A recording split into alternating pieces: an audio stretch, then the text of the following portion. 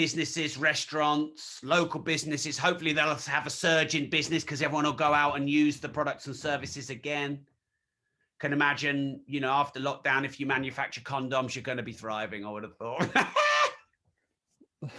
or you're going to be going bareback. My name is EdJCSmith. I got a second chance at life, and I'm here to help you live life on your terms. Welcome to Coaching Business Secrets. Yeah! Welcome. Today's session, we are with Rob Moore. How you doing, bro? You cool? Yeah, all good, Ed. All good, thank you. In today's session, we're going to be covering my top questions. Okay, we're going to be talking about Rob's book, which is called Opportunity. He's going to be telling us where we can get our access to it. So there's some killer bonuses available. And I'm going to be taking you through my questions, Rob, and you're going to be scoring them. I don't want to brag, but I've had someone called the Podcast King rate them 10 out of 10. So I'll be interested to see what your view on these questions are. But for those that haven't heard of you before, let's start with an intro into you, Rob, and tell the audience how amazing you are, what you do, and just an all-round legend. So my name's Rob Moore. I have a brand called The Disruptive Entrepreneur, which is trademarked. And we've had the podcast, The Disruptive Entrepreneur, for 5 years and 3 months, approaching 650 episodes. Recent guest was Floyd Mayweather. Next guest is Ben Francis, founder of Gymshark. So we get some pretty special guests, 15 billionaires, I think we've had now on the show. I started 15 years ago building a property company called Progressive Property. Started buying my own properties, then sourcing for other people, and then wrote a book called Property Investing Secrets, which did well back in 2008. And then fast forward, we built that to be the UK's largest property training company. We're developing 142 units right now, Ed, in our town centre in Peterborough, which when done will give our property management and property portfolio company just under 1,000 units in it. So property investing backs everything else that we do. I've written 17 books which are live, Money and Life Leverage, probably my two best known. And then we have Opportunity coming out, as we speak. It's actually in pre-launch, so people can get copies from now. I built a personal development and business training company called Progressive Success. I actually bought a failing promotion company in 2008 for just a few £1,000, £5,000. We turned that round to be a 11 million. Its best year was in 2016. And I have a foundation called the Rob Moore Foundation to help young and underprivileged people start meaningful businesses that change the world. Yeah, other stuff. I'm a dad. Probably quite rusty now, but a pilot, can fly a helicopter. And I love just helping people start and scale their business. Like if you were to say, what's my personal vision? What's the reason I'm here? It is to help as many people start and scale their business across the globe. I broke the world record for the longest public speech. I won recently International Man of the Year, voted by Global Woman, which was great. That's my best accolade after winning Face of Peterborough in 1999. Not quite the same. And I've got Ed Smith as one of my best mates. So that's, yeah. Woohoo! Mate, I like that. There's some bits I've probably missed, but who cares? Why do you think people should start a business though today? I think if you want control of your own financial future, you need to be an entrepreneur and start your own business.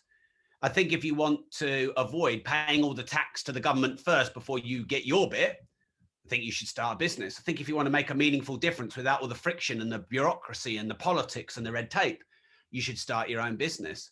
I think if you want to be in control of your scale, if you want to be around inspiring people, if you want always the next level of growth to be under your control and take full and personal responsibility, I think you should start a business. What do you think is going to happen off the back of, like, filming this right now? We're coming into lockdown over in possibly 2 months or so. What do you view the economy as doing?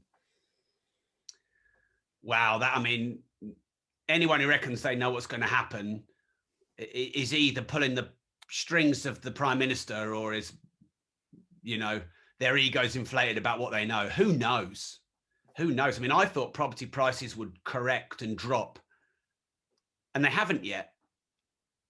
I think they will, but when, I do not know. I was quite surprised at the buoyancy of the property market, but bearing in mind there was virtually no supply of sales. I think retail's obviously been hit hard, and it's going to get hit harder.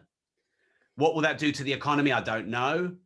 All this printing of money you'd have thought would increase inflation, but then there's other measures maybe that they're putting in place to control that. I think on the downside, traditional businesses, brick and mortar businesses, local businesses, they've probably got hurt, and the government need to protect them, and furloughing, etc., helped, but they need to probably do more. But then online businesses and globally scalable businesses and information and service-based businesses, they could probably be on the rise. Ed, I think you believe the same thing here. There is no good, there is no bad, there is no right, there is no wrong. And if you go at a macro view of humanity, someone wins, someone loses, someone goes bust, someone thrives. So this, in recessions, it's not like money disappears, it's just it moves to different places. So I think the NFTs and the cryptos are on the rise. I think that the social media platforms that connect us on a deep level are on the rise, like Clubhouse, because it's probably quite a lot of loneliness and isolation because of lockdown. Hopefully, when this all ends, businesses, restaurants, local businesses, hopefully they'll have a surge in business because everyone will go out and use the products and services again. Can imagine, after lockdown, if you manufacture condoms, you're going to be thriving, I would have thought. or you're going to be going bareback.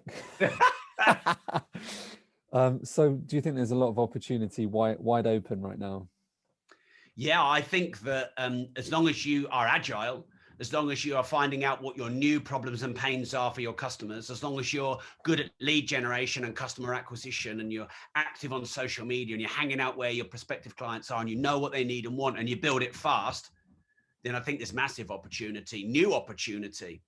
Like, I'll give you an example, Ed. When the lockdown happened, when like we knew it was going to happen after the initial delusion, it was quite a fearful time for us because we were running 850 training days a year. And whilst we didn't have to hire hotels because we have our own training facility, that still has a big overhead. You came into one of the buildings that I own when we did the podcast last time. And so that real threat of significant drop in cash flow and burning cash was there. But that forced us to pivot into online events, online summits, and to scale from national to global. That's something I'd wanted to do for years, Ed, but didn't do because business was probably too good and too comfortable. Probably didn't want the disruption, but we did it, and we're much better off for it. I mean, did you plan the launch of this at the end? I mean, talk about perfect sort of timing, right? At the end of lockdown, launch your book Opportunity. I mean, that is awesome, right? Did you plan that? No, I didn't. I'd love to say I'm that much of a strategic thinker, but my publisher emailed me out of the blue 4.5 weeks out and said, "Oh, we've got the launch date. It's the 25th of March. So go and sell a load of pre-order copies, please." Like, thanks. So no, we didn't plan that. And actually, we agreed on writing the book before the lockdown happened. And the reason I wrote a book called Opportunity was because my publisher wanted me to write a personal development book. And he actually wanted me to write one called Mindset. But Carol Dweck had written that very popular book called Mindset. And I didn't want to be another mindset book. And I certainly don't want to have the same title as someone who's been there before me, because that's not innovative. That's not original. And he was really trying, he won't mind me saying this, but he was really trying to encourage me to write a personal development book. But I feel like that's a future book for me once I've written a few more books. And so we sort of negotiated out on Opportunity, because I thought, what could be now, but what could be tomorrow? So in 100 years, will a book called Opportunity still be relevant? Yes. But is it also relevant today? Yes. So I wanted something that combined the now and the future. But no, it was just happenstance and fortune that we get to launch it when we're starting to come out of lockdown. So, yeah, hopefully people take the opportunity to buy my book, Opportunity, to take more of their opportunities now that the world is changing and there are more opportunities. But why tell us in more detail, why should we read it? Okay, well, I guess because I've written 17 books already and been a successful author, so you can hopefully feel trust that I'm credible to write a good book. Because let's be honest, to read a book's going to take you a few hours of your time, and it's an investment of time, so you're going to want to know it's a solid book. So that would be reason number one. The book's called Opportunity, Seize the Day, Win at Life. And so the first half of the book is all about A, spotting opportunities that are always there, but you don't see them. B, once you start spotting them, know how to assess if it's a good opportunity or something you should say no to. And then the strength of the opportunity. Because I used to believe there were no opportunities, and then occasionally some found their way to me by luck. But if you believe in the unified field, and if you believe in, the universe being this quantum of time where future, past, and present are all actually in the now, I don't go into that in the book, by the way. It's not a sciencey book like that. But I tend to believe that could be a reality, and therefore there's an infinite amount of opportunities that are there in every nanosecond of every day, but they don't manifest to us until we either go out and find them or we let go and have them come to us through manifestation and attraction or action. And there's two different ways essentially of attracting those opportunities. So how do you go and get or manifest the infinite amount of opportunities that are there in the present reality, and then assess them, and then organize them, and then implement them, and then leverage them, and then scale them, and know how to say no to which ones, and maybe partner up or give other opportunities to other people? The second half of the book is about seizing the day, because I believe you win at life by winning more days than you lose. Mm-hmm. So winning at life is just too big, but seizing the day and implementing in the here and the now the things that you've got to do to compound to have a productive day, more of those than not will lead you to a better life. And so as the book gets towards the end, it's practical and tactical on getting more things done and assessing opportunities and prioritizing and getting rid of overwhelm, and what seizing the day means and what winning at life means. Where can people get it, Rob? Amazon, if you just want to go direct, but I wouldn't advise that. Here's why. Because I've set up a page called robmoore.com/opportunity. And I have gone to town, Ed. I have gone to town on the bonuses. In a way, Ed, I've caused my own problem. Because I've written 17 books, I've had to make my bonus offers better and better and better. So for 2 books, you can basically, spend a night in a 5-star hotel with me and do it. No, you can't. No. But I've had to give bigger and better bonuses as I've launched books. So Ed, you were kind enough to donate an amazing course of yours. And that's not for everyone. You need to buy a bulk for that, because that's obviously a valuable course. But I've got, in fact, why don't I get them up and I'll just quickly, it won't take me long. I'll quickly talk you through them. Let me get bonus stack is important to understand as well. We get a lot of coaches, consultants, authors. They all want to put a book together. They all like, you see, your fans will buy your book anyway. But now I've scaled more globally, Ed, as you have through Clubhouse. Let's say you might sell 5 or 10,000 on a day from your fans, or whatever number. But what's going to make people who don't know you buy them, or people who've just heard about it? And I think it's the bonus offerings that will push those people over the line. So if you get 1 copy, I'm doing a 4-hour money and marketing mastermind on Zoom for 40 people. That's first 40. I'm doing a Clubhouse Secrets Masterclass. I've got nearly 200,000 followers in 70 something days. And then Shah's given a digital product creation masterclass, Shah Wasmond. Daniel Priestley, a Get Leads masterclass. Paul O'Mahony's done a money management for kids course, and Ryan Pinnick, a Discover Your Life, Purpose and Genius 3-day course. All of that for just 1 book. That's crazy. It's amazing. If you get 5, the first 20 get a 15-minute personal one-to-one call with me. I can only do 20 of those because of time. Also, we've got an income opportunity summit, which I think is going to be amazing, and a how to grow a fully online, globally scalable business course. But then, Ed, they get sexier and sexier. If you get 50, I'll post you on all my stories. It reaches like 300,000 people. I'll promote you to one of my email databases. That's 25,000 people, and various other courses. If you get 100, then you can interview me and I'll live stream it out to 300,000 people. I'll go do a half an hour one-to-one consultation with you. Ed, that's where they can get your amazing course. And for half a day, 5 people can shadow me in my business. Cool. If you get 500, then you will be a guest on the Disruptive Entrepreneur, 850,000 downloads and views a month. You get a 1-hour consultation with me. You get a send to my 100,000 database in one of my companies. You get 6 promotions in my big Facebook groups, and you get a 30-minute content slot on one of my stages. So, woo! You need to go check it out. Say the page again. robmoore.com/opportunity. Take your opportunity. That one's just manifested from the universe. What you going to do about it? It'll be in the links below as well. That's awesome, dude.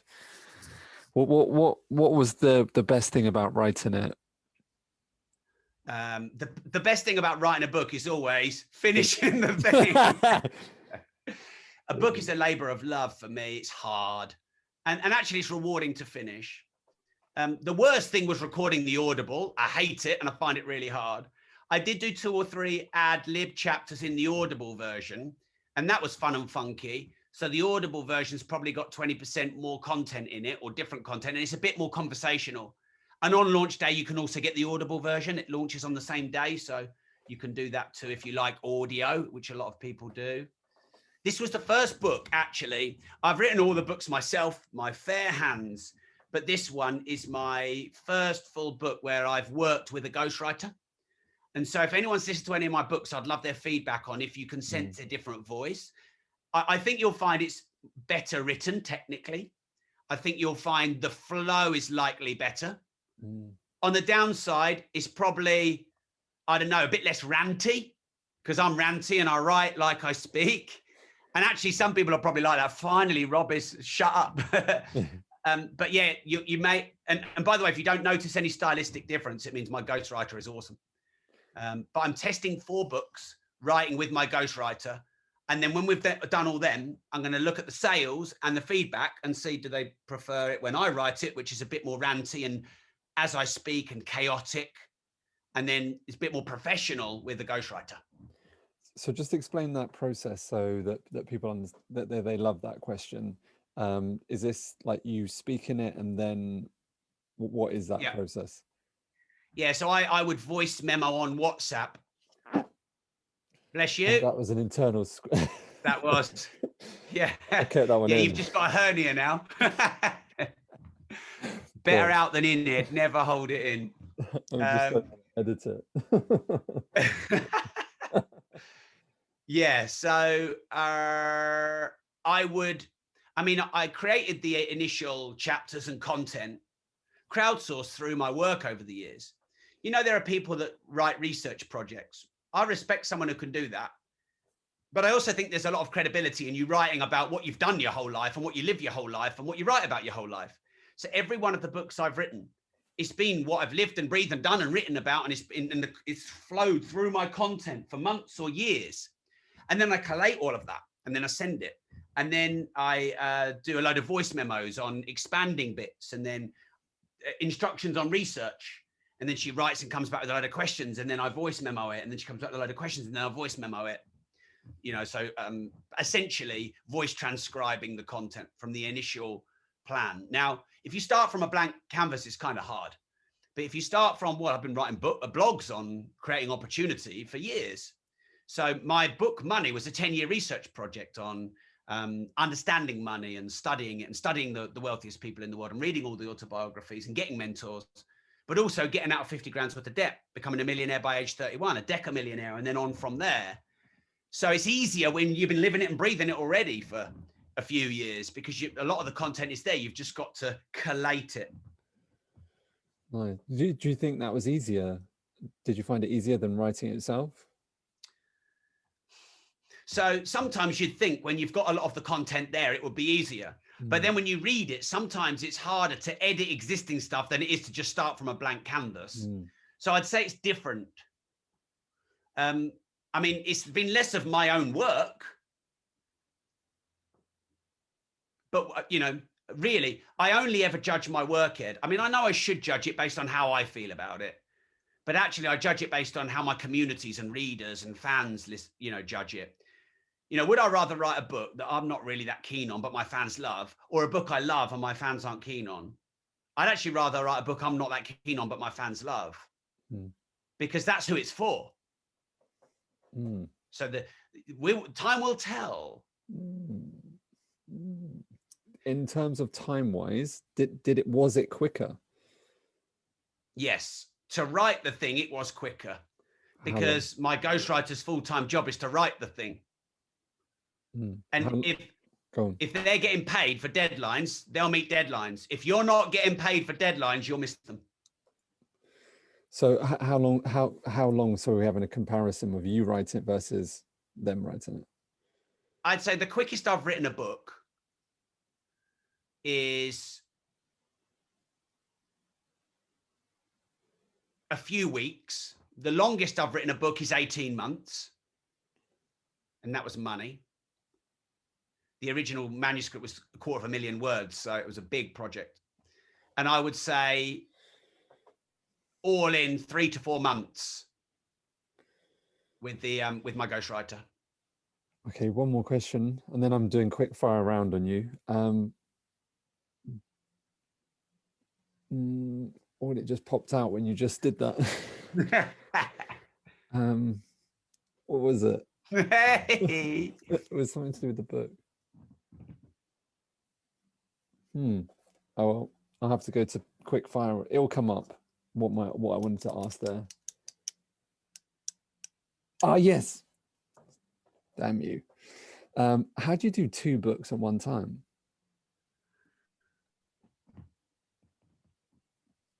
Well, you compartmentalize time on one book and then compartmentalize time on another book. How do you do sales calls and marketing strategy at one time? By compartmentalizing the time in the day.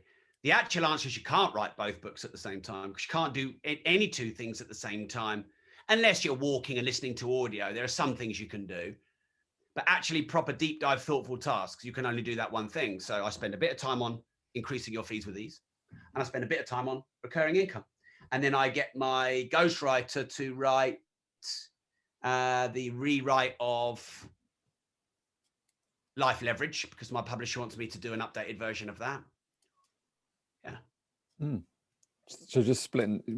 I mean, do you even do it on the same days? Do you find that conflicts with your thinking?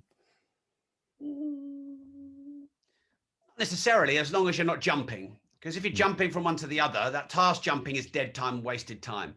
You want to get in flow state and stay in there as long as possible.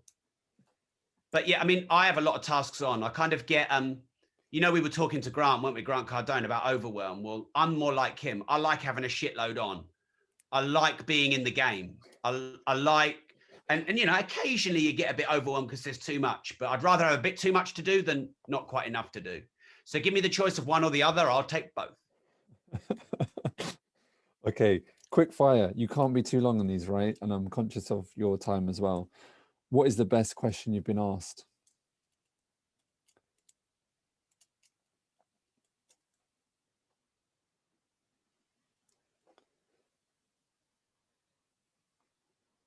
I don't know. Nice. Could it be that?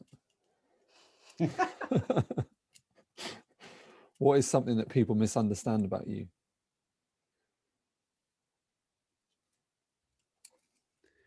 That I'm just, you know, someone who's interested in growing a business and doing sales and doing marketing, rather than actually how much I care for people and help people behind the scenes on a daily basis. You're very caring though. You can tell that. Just pop into a clubhouse room for a minute. You can get that. Tell me about a client that touched your heart. Well, I've had a few clients that have said what I've done for them has stopped them from suicide, or, through lockdown, when people are at their lowest point, my content helped them through the darkest, loneliest times. One chap's been diagnosed with terminal cancer and I've decided to help him. I had a couple of chats on the phone with him. I'm going to call him again. Nice. What's the one thing about like your books that you did something for someone that you didn't expect?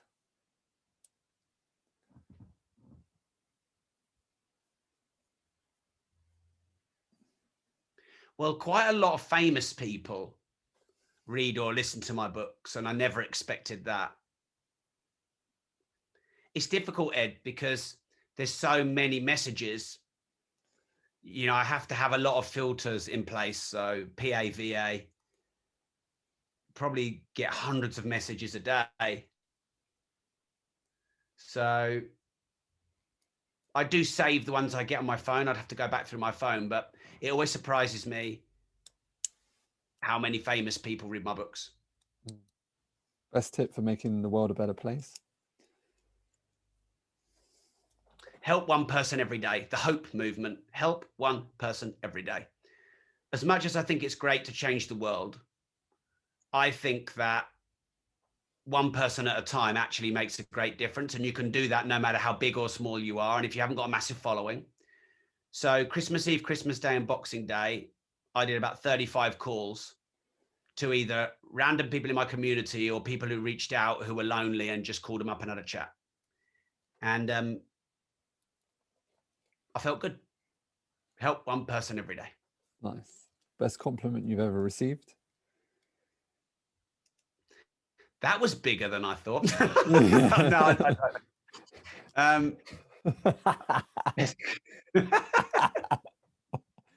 best compliment I've ever received.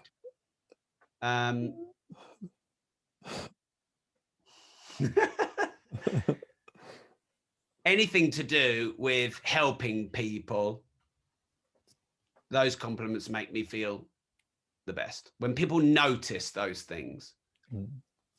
Yeah. No barriers. Everything's removed: time, money. What project do you develop to impact the world? I'd probably keep going all in on Clubhouse and see where it could go, because I think that's an amazing way to reach the masses in a very connected and personal way. And then the project through that would probably be my foundation, the Rob Moore Foundation, to help as many young and underprivileged people start meaningful businesses that change the world.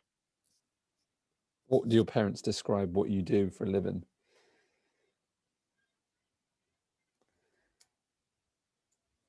What do they say? My dad, a couple of times in the last decade, has said, "Son, I'm proud of you." And that's definitely got to be right up there, because that's not the sort of thing my dad says. He's, 76-year-old man from the north of England.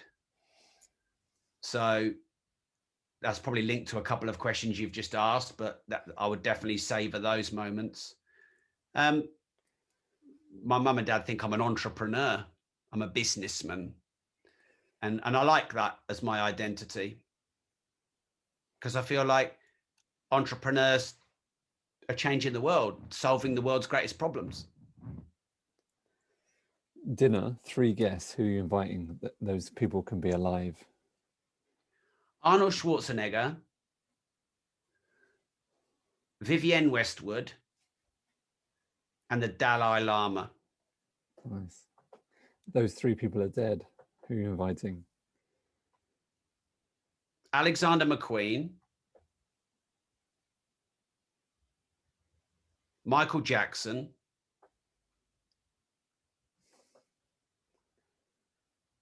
Muhammad Ali. Nice. 18-year-old self, what do you tell yourself? Stop drinking and other things that you're trying to do but not being very successful at. And start your business. You're not too young. Start now. Get perfect later. That's a good book. What should I have asked you that I didn't know enough to ask you?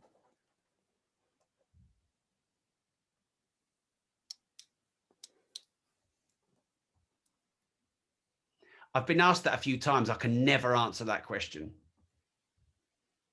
I don't know why. I think of it like what I think of it like what do you think someone should ask you in terms of, but they don't have the information, or a different question to what you've been asked many times before, sort of thing.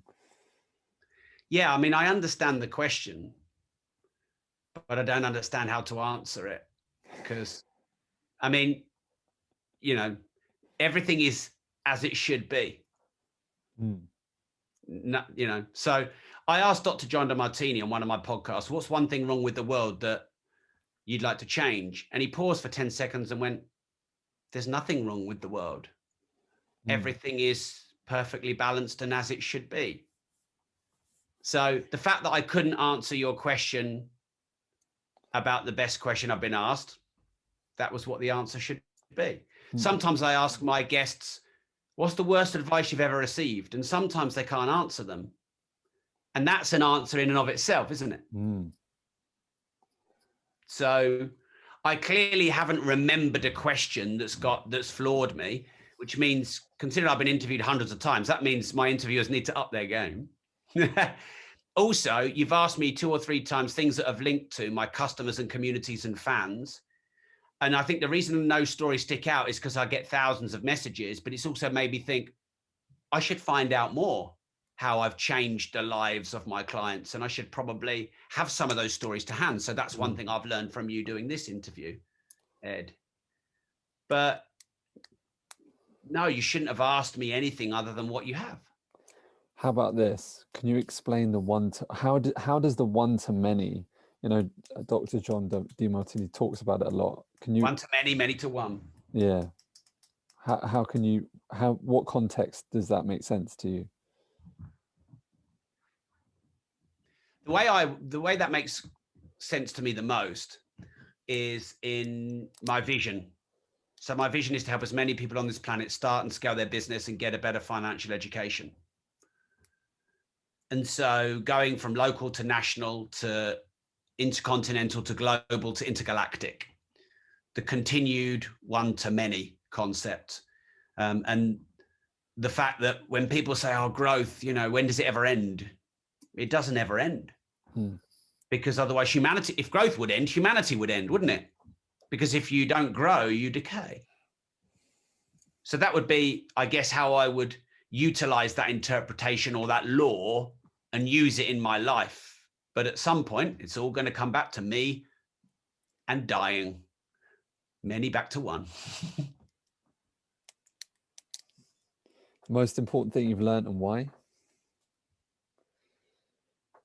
Kindness. When you're an entrepreneur and you're focused on the growth and the vision, it's easy to forget that kindness is everything. And I find the 2 times when I'm least kind or not as kind as I'd like to hold myself to be are when I'm too busy or I'm in personal pain. So the saying, Ed, hurt people hurt people. Well, I believe the more pain you're in, the more selfish you are. And I've been there. And that's a human thing. I think you have to be to focus on getting rid of the pain. So the less pain you're in, the more selfless you are. The more pain you're in, the more selfish you are. So don't get too overwhelmed to care and think about people, and don't sort your own pain out so that you're not so selfish. And, people expect me to be teaching my kids about business and money from like age 0. And I'm teaching them stuff. But if you said to me, what one thing you're teaching your kids above everyone else, above everything else, bearing in mind, I've written a book that sold more copies on the subject of money than anyone in the UK, according to my publisher, I'd say kindness. And you sent me a lovely picture, Ed. So you sent me this, the UK Mod Squad picture, and you sent me this lovely handwritten letter. As you can see, I've kept. And those things matter. People will not remember, you know, how much money you made or your own accolades. They'll remember how you made them feel and the little things you did for them. And don't ever be too busy or too overwhelmed or too much in pain. That would be the one thing. The greatest life lesson. That's why I'd want the Dalai Lama in with Arnie. And I mean, Vivienne Westwood's just mad and she'd be so fun. And Arnie is just so multi-successful and he's cool and fun and grateful. But the Dalai Lama is just, he's just the kindness guy, the compassion guy. And I want to strive to be more of that. I like that, bro. That's amazing. Well, thanks for being here. Rob Moore, tell them where, one more time, I've got one more question. We end up with less than a minute. So tell them one more time where to go to get Opportunity. It's going to be amazing. I'm excited to be helping you and I'm excited to read it. I think I've pretty much read most of yours now. I think there's a couple that are the property ones I need to smash out probably. But yeah, tell them where to get it from one more time. Rob Moore, MOORE, my name, .com/opportunity, as in the name of the book. robmoore.com/opportunity. And then you can find me on any of the socials, searching that in. I'm pretty searchable online. Rob, thank you so much for your time. Last question, meaning for life. Go for it. Minute.